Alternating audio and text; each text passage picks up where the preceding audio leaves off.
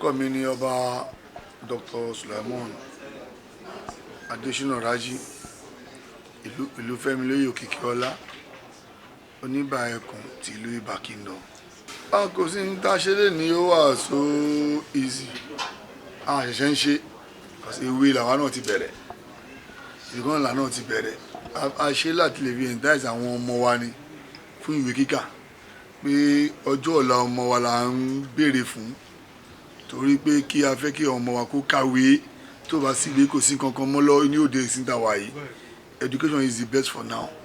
láti sọ pé kí wọ́n bá ń lé ní tìǹtà bá lè ní ká fi ran àwọn ìwé wa lọ́wọ́ láti rí ìsìntà fi pé à ń ṣe ohun tá à ń ṣe yẹn kì í ṣàgbára wa náà tó máa ń ṣe ọlọ́run àtàkọ́lẹ̀ tiwa náà kọ́lọ́ ẹ̀dá ni láfi ní ká ṣe ọba tí a lè ṣe fáwọn ọmọ wa láti lè fi jẹ́ pé káwọn náà lè gbé làákàyè dúró pé ìwé ó ṣe pàtàkì ẹ̀kọ́ ó ṣe pàtàkì púpọ̀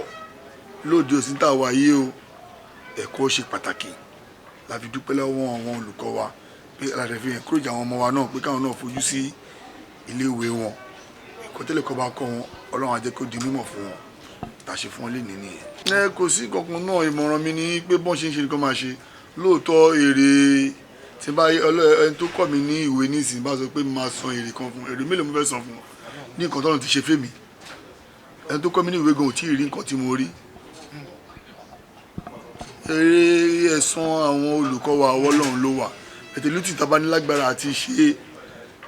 àmàṣe fún wọn káwọn náà dẹ̀ máa relent torí pé wọ́n tún tọ́ ọmọlọ́mọṣẹ́ ọmọ tí wọn náà máa dà